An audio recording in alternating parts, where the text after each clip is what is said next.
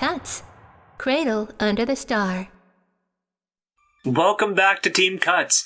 I'm C.U.T.S co-founder Diario, and this is a pretty different setup than usual. That is for a specific reason.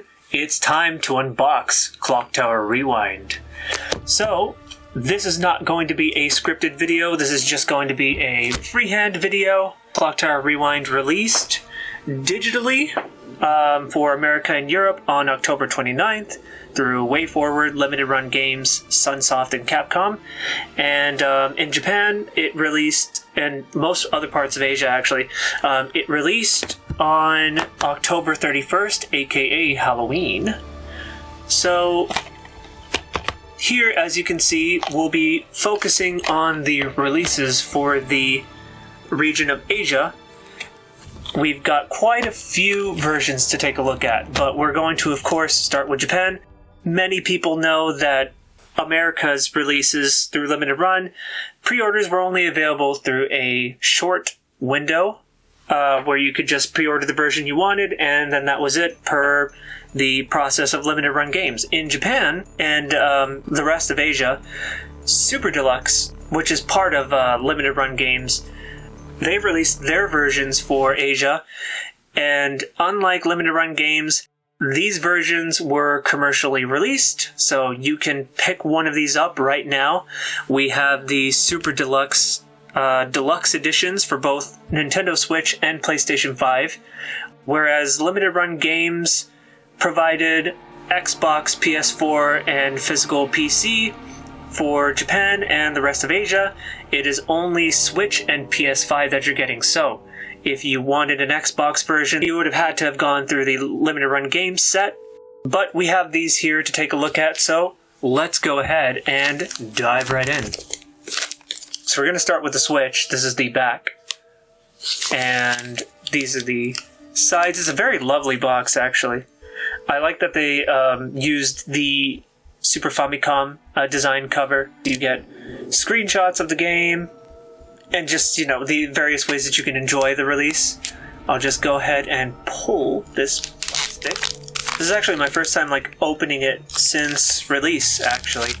As of the time of this recording, we're doing our own fan celebration for Clock Tower's 30th anniversary as of this recording.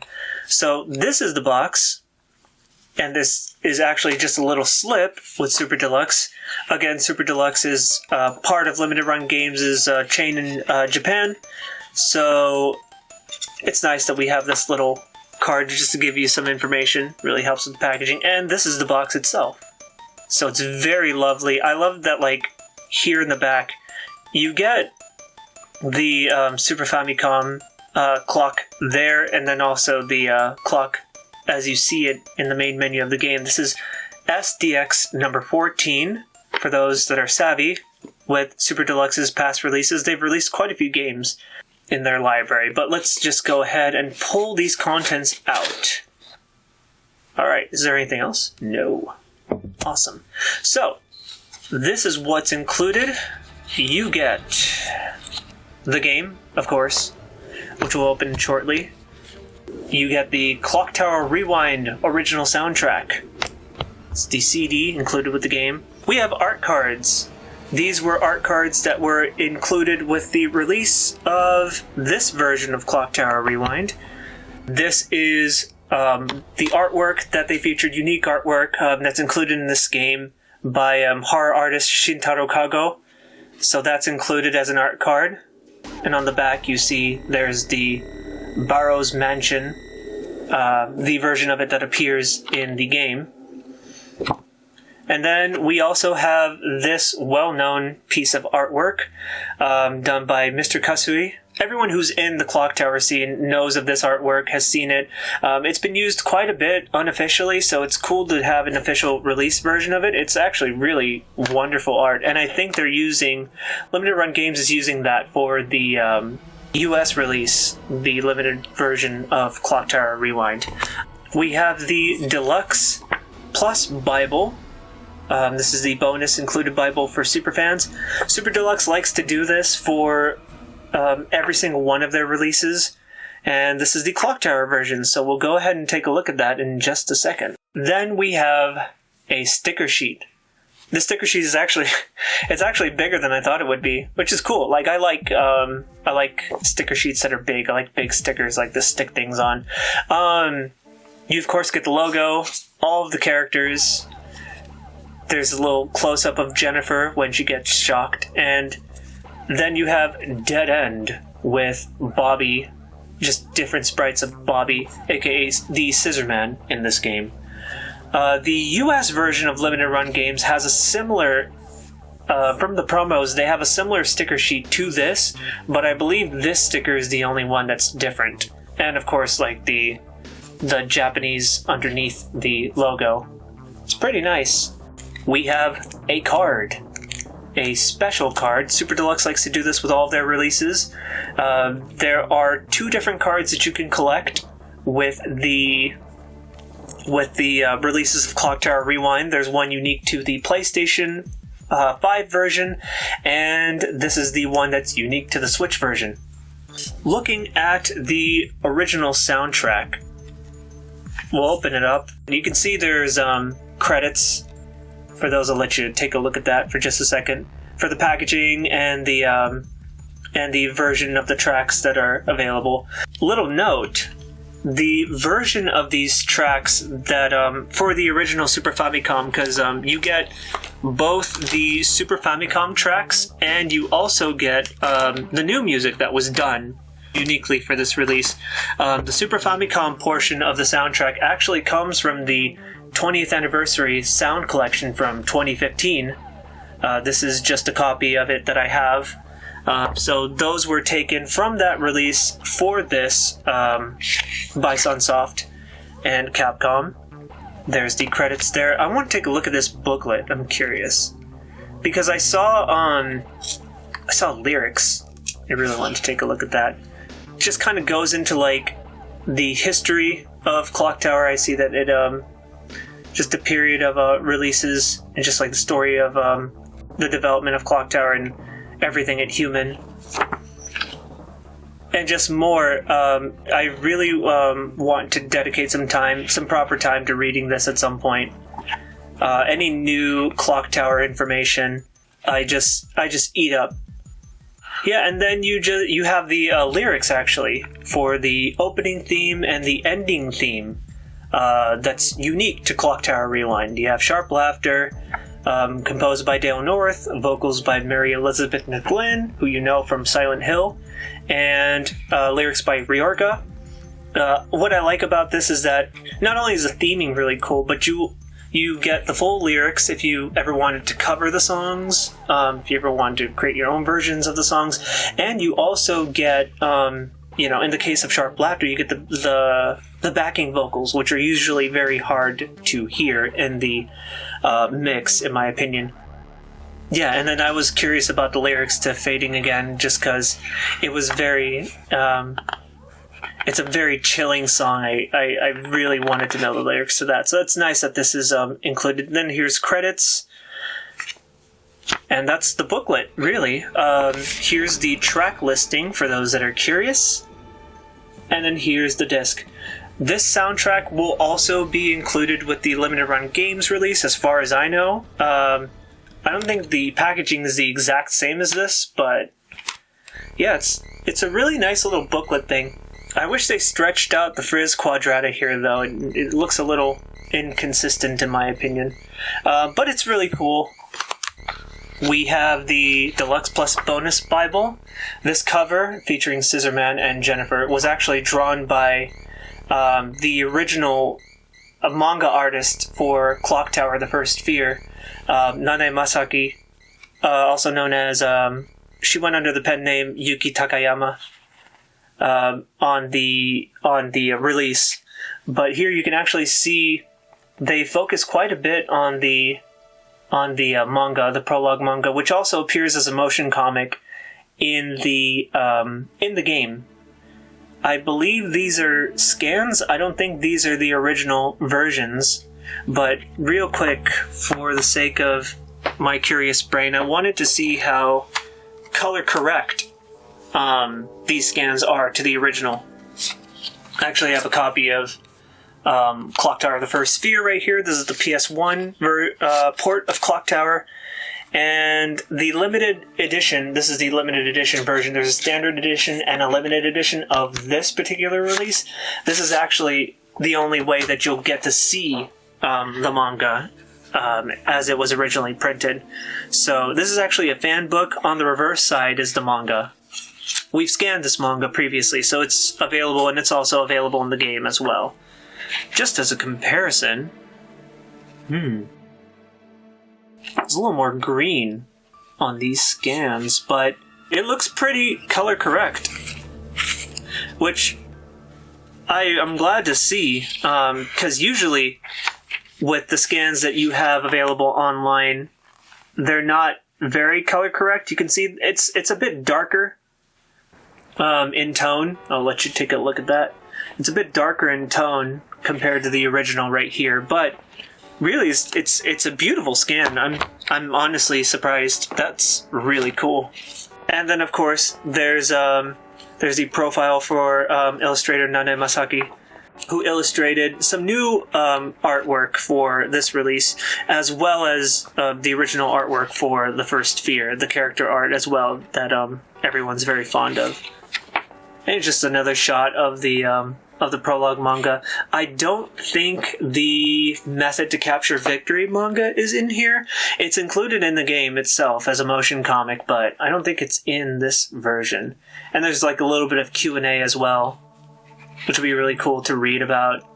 Spoilers, by the way. But yeah, it's also a very clean scan. I love stuff like this. I love seeing artwork, just Q&As about artwork and things like that. But then you come in here and then you get to take a look at the original character sketches for the characters, which we've never seen before. Miss Masaki on Twitter has shared these just samples of these original sketches, just recovered after so many years. And so it's just nice to have them. Like, just to see a new version of these just designs and just get a sense of, like, the earlier... It's interesting to see, like, from the conversion of, like, painting derived from these scans, there's actually a lot more detail in these drawings I really like. And then you can see, like, the paint sample for Dan there. And then there's Scissorman, aka Bobby Burrows, and the rest of the Granite Orphans. Here, I don't know if this is new artwork or if these were the original concept designs for the box art for the first Sphere. The first Sphere for reference. But it's cool just kind of like going into the behind the scenes. I love art books, personally. Stuff like this, I just eat it up. It's really good. When I saw the announcement for this, it really just made the collection for me. I was already going to get it because I'm a big Clock Tower collector personally, and, you know, Team Cuts, but yeah, this is what won me over for this. I'm curious to see what the limited run version will look like up close, but man, this is really good. So, let's open up the game. Safety scissors. Should be able to cut right in. I'm so glad I finally get to open this and show it to everyone of you guys that are watching. Move that to the side. So this is the game. This is the Switch version, of course. Same packaging type that is available on the deluxe version of box art. We open it up, and on the reverse side, there's the game cart right there. You get lyrics to Sharp Laughter, the theme song that I previously mentioned. This is unique. I was glad to see that they included a manual for this release of the game. And as you can see, the cover art mimics the cover art of the first Sphere, the PS1 release. I don't know if the gradient is there. It doesn't seem like the gradient's there because there's a gradient on the logo, but yeah, it seems to mimic the first Fear on PS1. That styling of that. But we have a manual, and the cool thing about this manual, it mimics the manual that is present on the original Super Famicom release of Clock Tower, which released in September of 1995. And if we just have them side by side, you can see it's very similar. Very, very similar. Very clean, too. It's kind of surreal having like a version of this, this manual that is smaller. And then even just the attention to detail is insane. I wonder how they found the typeface for human and just replaced it with horror entertainment, as you can see there. But yeah, if you just like go through page by page, for instance, we'll just open up here and you get a sense of the story. It's pretty much the same. You get the contents in here. Even the Barrow's mansion is red. It's not the same painting that's used here. It's the rewind version, but it's still very faithful. And just going through, I wonder if they replicated the screenshots as well. From what I saw, the US manual may differ from this, so this is just like a really neat callback. Look at that. Direct comparison. I'm amazed at how close they got it. And it seems like it's not exactly the same cutscenes, but just similar scenarios. Actually, I think they matched this one pretty well. This one right here. Like with the mouse position and everything. I'm just geeking out about this. This is crazy. Even like the Frizz Quadrata that's like in the back there. Really good. Let's take a look at some of these other pages. And of course, the controls are going to differ because it's no longer a Super Famicom, it's the version of the game that you're playing. So, but the layout is fundamentally the same. So you got your X, your Ys, your As, your Bs. It differs on the PlayStation 5, of course. But that's that. And here's the thing that I kind of noticed. And I don't know if this is like something that the product makers were aware of, but something that I noticed when I got the Super Famicom version and just looking at various promotional materials for it is that you won't really get a description of the characters or anything like that. And I think they did that on purpose just to kind of sell the mystery of Clock Tower. Whereas like in the original Super Famicom manual, for example, Scissorman was cut out of here, but here you see him just like full-fledged. I mean, the game released a while ago, so yeah. But here we have also the shot of the Barrow's mansion right here, the original painting right here, and then they also brought it back for this, and they seem to have added more foliage just to kind of stretch it out, which is pretty cool. I could go on and on about just how much detail there is. We will be providing scans for these at a future date, but you can see this is where it kind of begins to differ. Aside from this page and that page, which is, yeah, it's cool just to have that and just pay that homage. It's very humbling to see, just like a proper Clock Tower release in 2024/2025, depending on when you buy it, when it's released. And real quick, I'm not going to spend too much time on the PS5 version. I'm just going to open it. Most of the contents are the same in the PS5 release. So I'm just gonna highlight the card just to show you how different the card is for the PlayStation 5 version of the game. So this is PlayStation 5. Same card cover, except the differences are present to accommodate the PS5. Same box, same contents exactly as you would find on Nintendo Switch. But the card is different. If you purchase the Switch version, you get Jennifer holding a body. Play the game to find out. And then you also get, for the PS5 version, if you purchased it, you get the shot of Bobby coming out of Laura's bathtub when you discover Laura's dead body. Really cool that they made like unique cards. Kind of makes you want to buy like both sets, which I of course did. But yeah, there you go. 2 unique cards depending on which version of the game you buy. So now that we've unboxed the Japan release of Clock Tower Rewind, here's the Nintendo Switch, PS5 versions. Again, these are the console versions that only released in Japan. Japan doesn't get an Xbox version, and they don't get PS4 version or a PC version. Those are exclusive to the limited run set.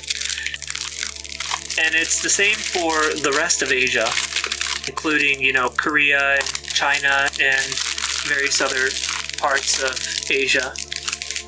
Just having that open. So yeah, these are the Japan releases, PS5, Nintendo Switch, Clock Tower Rewind.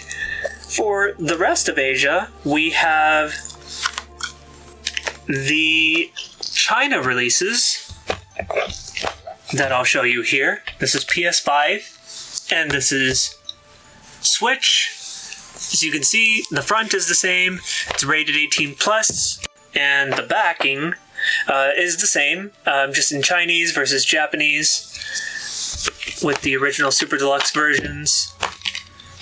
Just to real quick show you, the PS5 Japan release has the first sphere design on the cover. Then you just get your PS5 warning there. Nothing on the back. Pretty cool.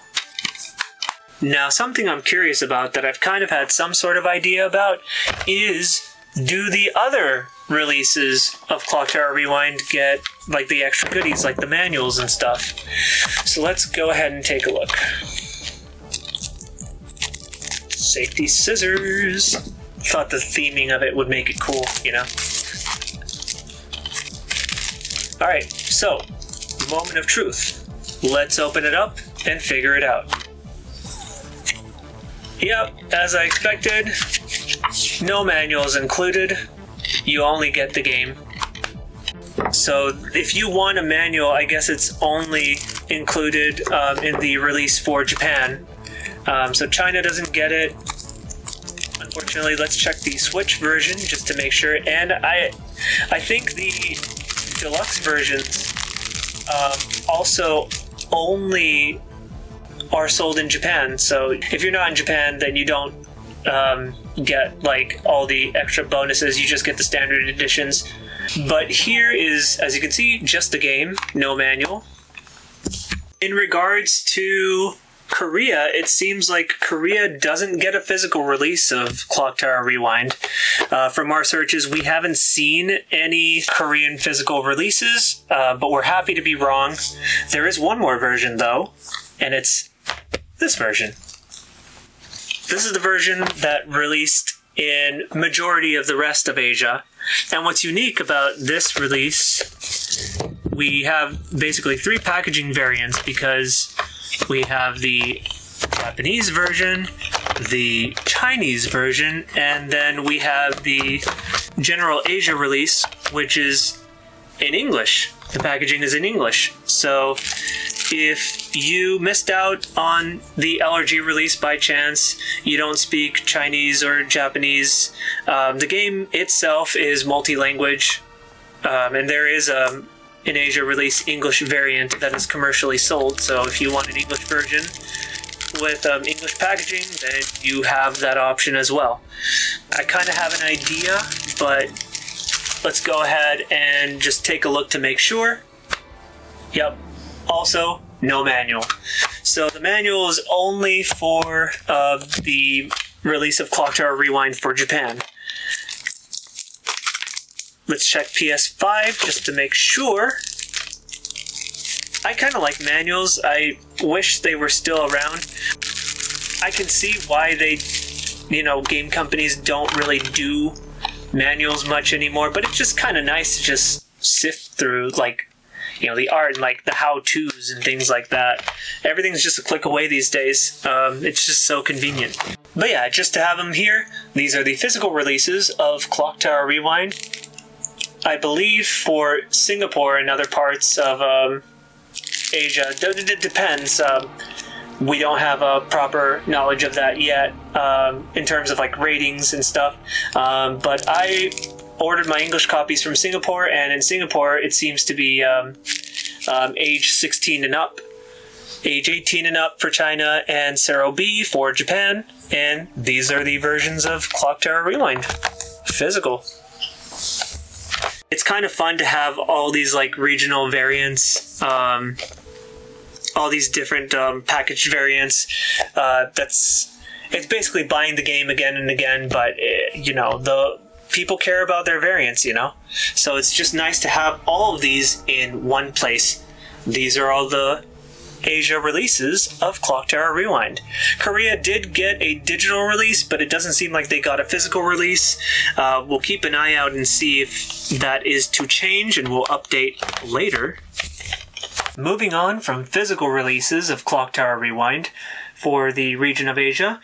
In Asia, the releases of Clock Tower Rewind, the physical releases, were commercially manufactured and distributed, in contrast to limited run games is limited time pre-order. So everyone knows that you can get a physical copy from Japan, from Asia, from China right now. But what not many people know was that there were store exclusive bonuses depending on where you pre-ordered from. We have them all here, and we're going to be covering them all right now. In no particular order, we have these. So these are bonus cover sleeves that were available if you pre-ordered the game through Amazon Japan. And there were 2, each for the Switch and for PS5. This is the front, showing the mural from the Super Famicom version of the game, of course. And then you get that spine, and on the back you get screenshots from the game, as well as the main cast. All the original color correct assets for these characters. These are not scans or anything like that. These were the assets. I guess Sunsoft got them from Human when they acquired the rights after Human went bankrupt. So it's nice to see them here. I'm a little curious about the quality of the characters. You can see they're kind of pixely in contrast to everything else on the packaging. So I don't know if that was a printing error or something. It might have been. But it also appears on the PS5 release, and we know that there are higher quality assets for these characters that exist, so it's a little confusing. I guess it was probably an error that they didn't catch. You can kind of see that the rooms that they used also missing a few assets, telephones missing, things like that, I guess. It wasn't a proper second look, or I don't know, could be any reason, but these are the bonuses. They are nice. I feel like the lady's just a little too close. It's a little too big in my opinion. But, it's cool. It's a cool little bonus. Extra cover sleeves never hurt. We have this wire keychain containing both Jennifer and Scissorman. This was an exclusive bonus if you pre-ordered directly from SUPERDELUXE's website. So this is a pretty limited item. I haven't seen any other copies of it appear on secondhand stores. I'm just going to open it up for you real quick. It kind of these two renditions of Jennifer and Scissorman are kind of similar in shape to the standees that were planned for the pop-up shop in the Akihabara container from a few years back that was canceled. So yeah, this is cool little wire keychain. I'm not gonna be using it, of course, because I want to preserve it for collection's sake, but it's pretty cool. I like it. doesn't hold its shape if you bend it too much, so it's nice. I wonder, how does it latch? Oh, wait. Do you just turn it? Oh. Oh, wow. Okay. I've never seen a keychain do that before. That's interesting. But I guess this is a good way to know that you'll never lose it. And I think you can also, attach any other charm that you have to this keychain if you really want to. I think they should have made one for the other characters. Like extra ones that you could just add. I think that would have been nice. But it's cool. Pretty nice. I got it back on together, miraculously. We'll leave that there. Next, we have postcards. We have 2 postcards. This postcard is exclusive to Wonder Goo if you pre-ordered the game, and this postcard is exclusive to Big Takarajima if you pre-ordered the game there. This one, of course, features Clock Tower creative lead Mario Cartwright's rendition of Jennifer that you'll see on a lot of the box art for the overseas version of the game. You can see it's got a little postcard, the decals, Clock Tower Rewind, Capcom, Sunsoft, WayForward Technologies, Limited Run Games, Wonder Goo exclusive, which is pretty nice. And then the Big Takarajima one is the Nanae Masaki version of Scissorman. I don't know if that's the original asset. Let me just take a look. Looks like it could be, but they never made it public, so that's weird. They made all the other ones public. No backing, unfortunately, so I guess, if you ever wanted to write a letter, you're gonna have a little more trouble in contrast to this one. I haven't seen either of these pop up since release. Not this one at all. I did see this one pop up once, so that should give you kind of an idea of the rarity of it. I don't see myself using these personally because I only have one of each. So, yeah, but it's nice to have. Next, we have this tin badge of Jennifer, which you would get if you pre-ordered the game from Yodobashi Camera, Joshin Denki, Big Camera, Soft Map, Kojima, and Yamada Denki. I think I bought mine from Big Camera. And yeah, it's a nice little tin badge of Jennifer. Kind of wish they made some for the other characters. I think I would honestly wear an Anne one or a Lotte one with pride. That'd be nice to have kind of alongside Jennifer, but of course, Jennifer's kind of the face of the series, if not Scissorman, so it makes sense to have this tin badge, Pretty nice. Then we have an acrylic keychain, another acrylic keychain. This one is exclusive to AmiAmi. So if you pre-ordered the game through AmiAmi, then you'd get this keychain. So this is the other keychain. There's 2 keychains. There's the Super Deluxe one if you order from Super Deluxe, and this is the version that you get through pre-ordering from AmiAmi. It's the title screen for Clock Tower The First Fear, the PS1 port of Clock Tower. A little weird that they chose this, in my opinion, but I guess, the subtitle, The First Fear, is kind of synonymous with the first game, so I guess I can see why they chose this. It's pretty cool. Bigger than I thought it would be, honestly. When I first got it, I was like, wow, this is pretty big. And as you can see on the back, Clock Tower Rewind, not for sale, AmiAmi, Capcom, Sunsoft, so that's pretty nice. As you can see. Then we have possibly what was one of the hardest things for me to get, is the animated intro Bromide set. So this Bromide set was exclusive to Tora no Ana if you pre-ordered the game through there. I haven't seen this pre-order bonus pop up anywhere else at all. So through some hassle, I luckily managed to get my hands on a copy. And I'll be opening that up. This would probably be my personal favorite. I've never owned a Bromide set of anything, ever, really. So it's nice to have. They appear to be JPEGs of various parts of the intro. It's a beautiful intro, by the way. If you haven't seen it, it's the first thing you see when you play the game. Just having Clock Tower animated anything, it's kind of surreal. So you get the Clock Tower itself. The scene where Bobby temporarily pins down Jennifer. The Super Famicom artwork, the restoration of the artwork that's used on the menu. The moment that Bobby temporarily pins Jennifer, it's a very shocking moment. I like the reds used here. It kind of echoes Suspiria, kind of. And it kind of pays homage to the First Fear manga.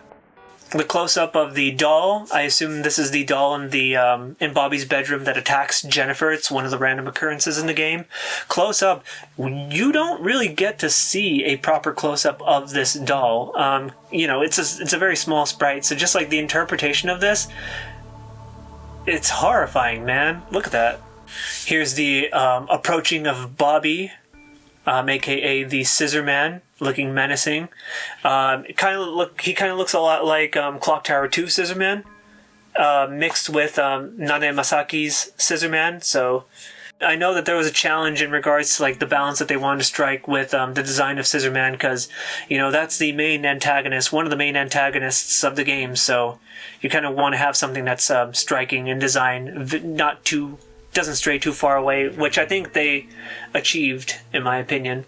There's a close-up of Scissorman where he just approaches Jennifer.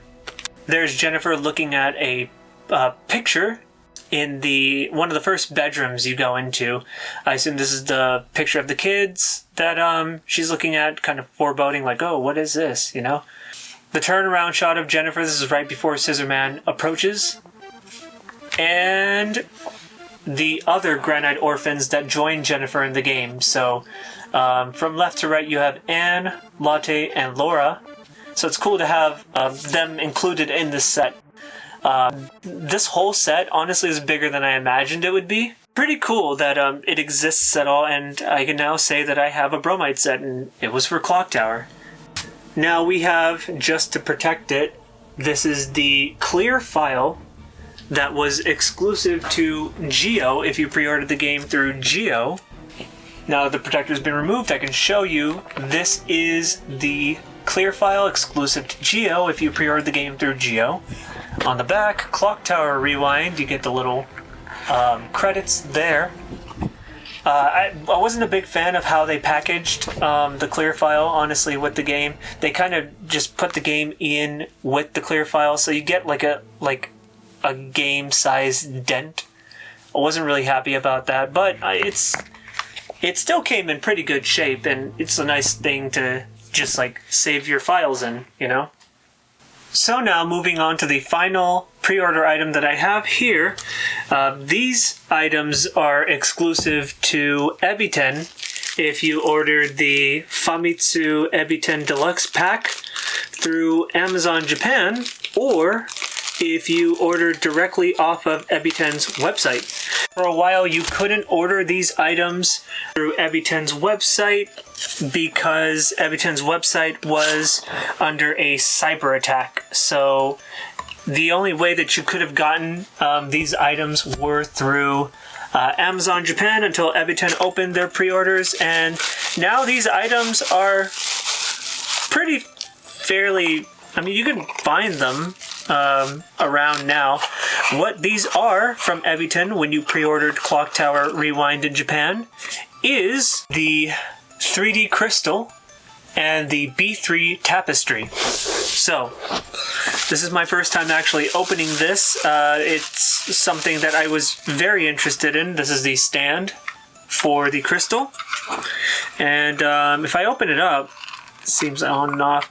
Okay, so it takes 3 AA batteries. Fortunately, I have some over here, which I'll go ahead and add.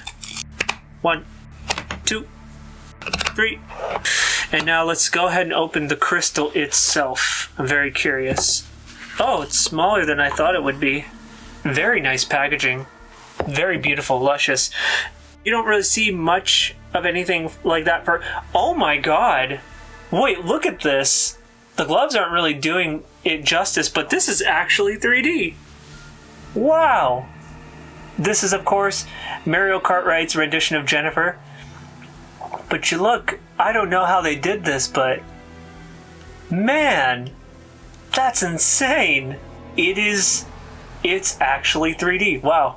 You can kind of see like the layers that they formed through here. This is the Barrow's Mansion, and then the Scissors and Jennifer, and yeah, wow, this is really cool. Wow. I want to know how they did that.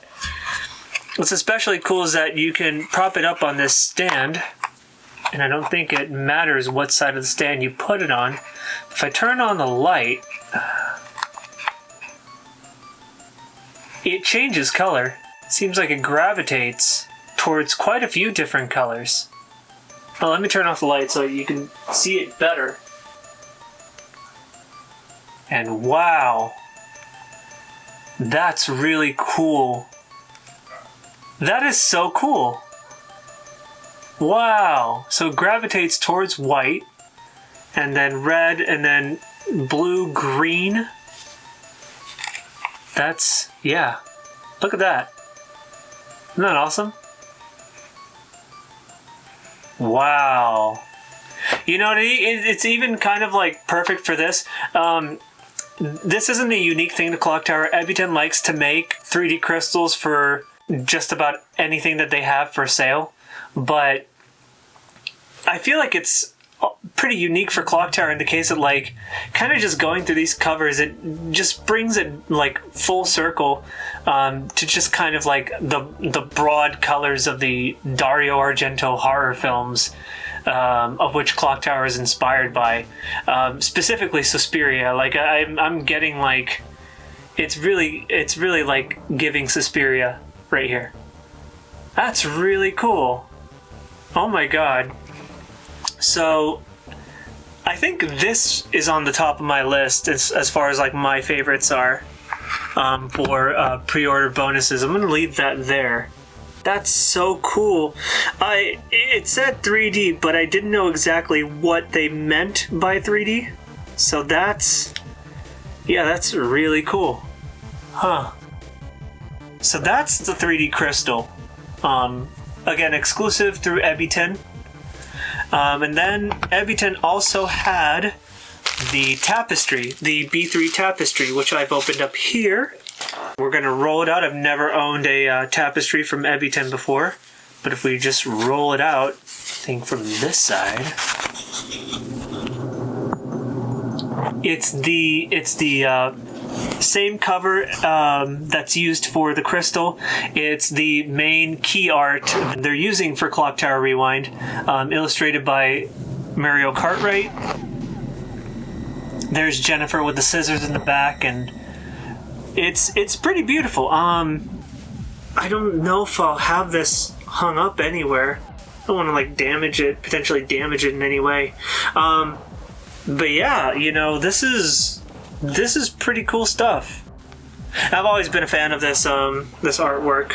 It's really nice to see new Clock Tower art in a modern time. But that's really everything that we have here in terms of all the pre-order bonuses that were available for Clock Tower Rewind.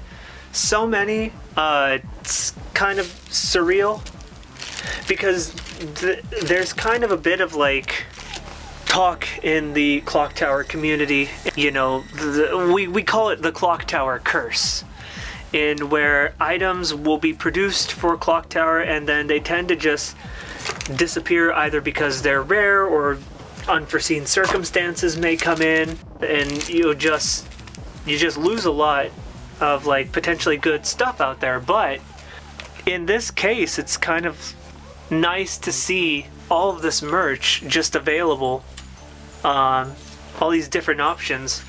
Kind of wish there were more things like this, you know? But that's everything that we have to show for Clock Tower Rewind's release.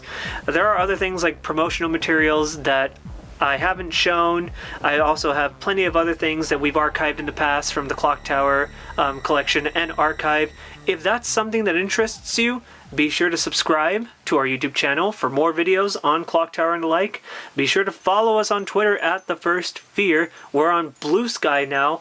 Be sure to join our Discord server, our Clock Tower fan Discord server, the Barrow's Mansion, and stick around for more on Clock Tower. There's plenty to cover. We hope you'll stick around. So thank you very much, and we'll see you at the next one. Bye-bye.